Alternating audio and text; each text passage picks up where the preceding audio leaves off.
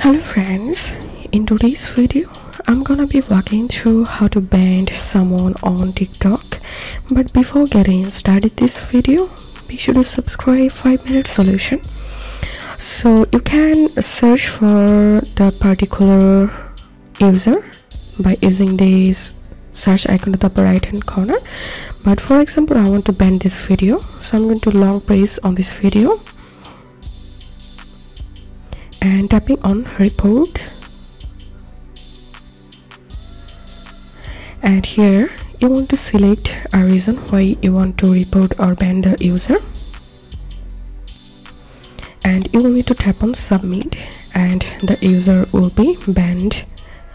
So that's how you can do it.